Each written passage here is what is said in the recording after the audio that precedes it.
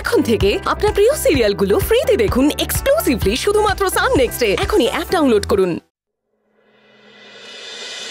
তবে কি ডালি ইচ্ছা করেই দাতব্য চিকিৎসালয়ের কাজে যোগ দিয়েছেন, যাতে উনি ওনার কাকাই আর অদিতিকে এক করতে পারেন? কিন্তু কোন প্রমাণ জোগাড় করার কথা বলছেন উনি? কেন বারবার বনির নাম উঠে আসছে এসবের মধ্যে? বনি এত বড় একটা অন্যায় করেছে, এর কি প্রমাণ আছে ডালির কাছে? ডালি ডালি তাহলে এখন কি হবে? কাকাই, অপরাধী যতই ধূর্ত হোক না কেন, একটা না একটা ভুল করে। ঠিক তেমনই দিদিভাইও ভুল করেছে। এই বাড়িতে আসার পর থেকে দিদিভাই যতবারই ভালো বাবা বা আমার ক্ষতি করার চেষ্টা করেছে, ঠিক ততবারই ব্যর্থ হয়েছে। আর দিদিভাইয়ের এই অপরাধ অনেকবার রক্তিমবাবুর সামনেও প্রমাণিত হয়েছে। তারপরেও রক্তিম ওর বিরুদ্ধে কোনো স্টেপ নেয়নি? হ্যাঁ, নিতে চেয়েছেন তো। উনি বারবার স্টেপ নিতে চেয়েছেন, কিন্তু আমি ওনাকে আটকে দিয়েছি। কারণ আমি কোনোভাবেই চাইনি ওনার পরিবারটা ভেঙে যাক।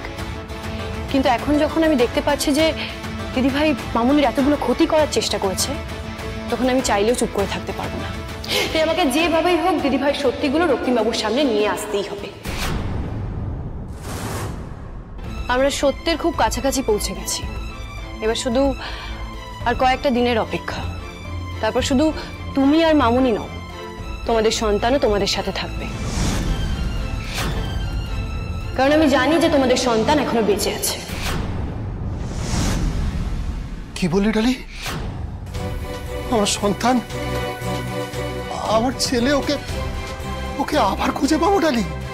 ওকে আমাদের মধ্যে আবার ফিরে পাবো? হ্যাঁ কাকাই, ফিরে পাবে তোমরা। আমি আপ্রাণ চেষ্টা করব তাকে খুঁজে আনার। আকাশ হোক বা পাতাল, যেখান থেকে হোক আমি দিদিভাইয়ের বিরুদ্ধে প্রমাণ জোগাড় করব। আর তাই আমাদের না খুব খুব সাবধানে পা ফেলতে হবে। এদিক থেকে ওদিক হলেই কিন্তু বিপদ। রক্তিমবাবু নিজে মামুনির দায়িত্ব আমার হাতে দিয়েছেন, তাই এখন মামুনির দায়িত্ব আমার। মামুনির গায়ে আমি কাউকে এক ফোঁটা আঁচড়ও ফেলতে দেব না। কিন্তু কাকাই, তোমাকে এখানেই থাকতে হবে।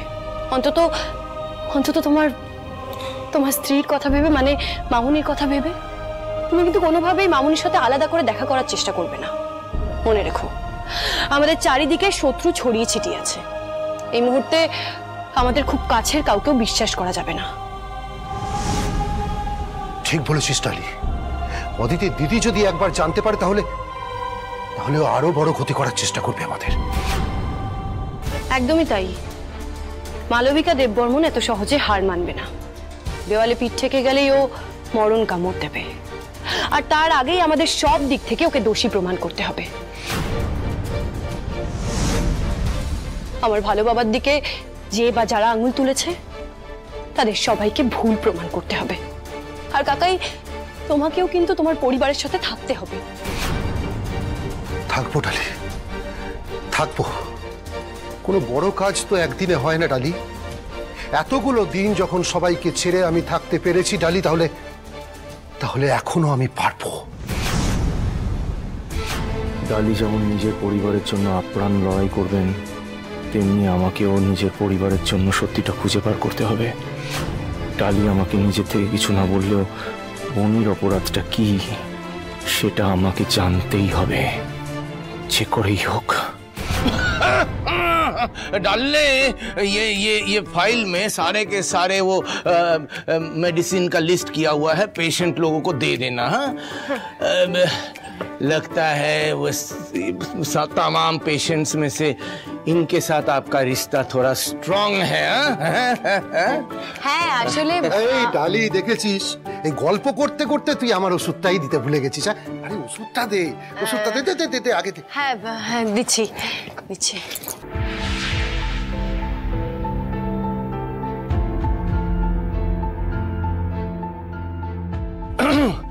डल्ले, अपना थोड़ा काम आ गया है। हाँ, जरूरी काम आ गया, मुझे थोड़ा निकलना पड़ेगा। बल्ले बल्ले, मैं निकलता हूँ।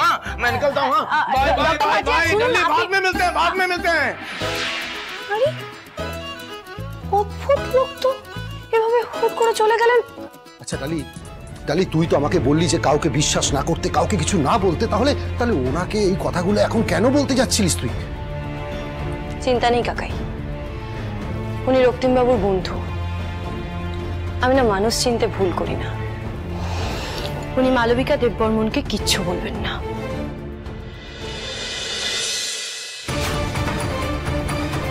সবকিছুর পেছনে যে আমার ভালো ভাবা দায়ী নয়, তাই মালবিকা দেববর্মন সেটা আগে সবার সামনে প্রমাণ করতে হবে। তাই আমাকে যেভাবেই হোক দিদিভাই সত্যিগুলো রক্তিমবাবুর সামনে নিয়ে আসতেই হবে। তুমি আর মামুনি না, তোমাদের সন্তানও তোমাদের সাথে থাকবে, কারণ আমি জানি যে তোমাদের সন্তান এখনো বেঁচে আছে। বনির সাথে শেখর মুখার্জি শত্রুতার কারণটা কি শুধুই অদিতির অসুস্থতা, নাকি অন্য কোনো কারণ আছে? ওদিকে ডালি বলছিলেন যে অদিতির অসুস্থতার জন্য বনি দায়ী, বাট ওয়াই? বনি কেন নিজের বোনের ক্ষতি চাইবে? রক্তিম, তোমাকে একটা জরুরি কথা বলার ছিল। সেদিন তুমি অফিসে ছিলেন, আর সেই ফাঁকে মালবিকা ম্যাডাম মিস্টার সুভাষ ঘোষালের সাথে ডিল সাইন করে। আমি চাই তুমি ম্যাডামের সাথে এই ব্যাপারে কথা বল। রক্তিম, তুমি কি শুনছো আমি কি বলছি?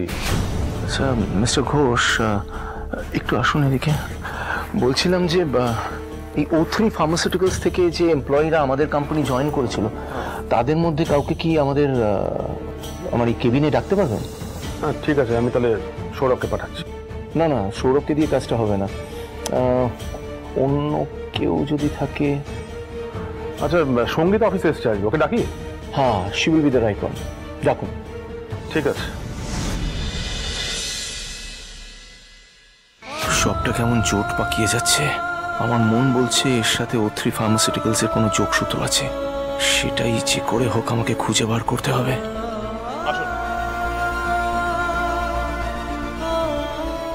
সঙ্গীতা, বলছিলাম যে O3 ফার্মাসিউটিক্যালস এর ডেটাবেস অ্যাক্সেস করার পাসওয়ার্ডটা তোমার কাছে আছে?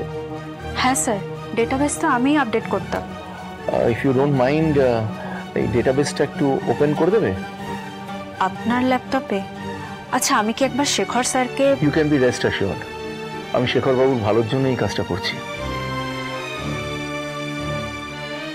আরেকটা কথা, এই কথাটা এই ঘরের বাইরে যাবে না, কেউ জানতে পারবে না। সঙ্গীতা প্লিজ। ওকে।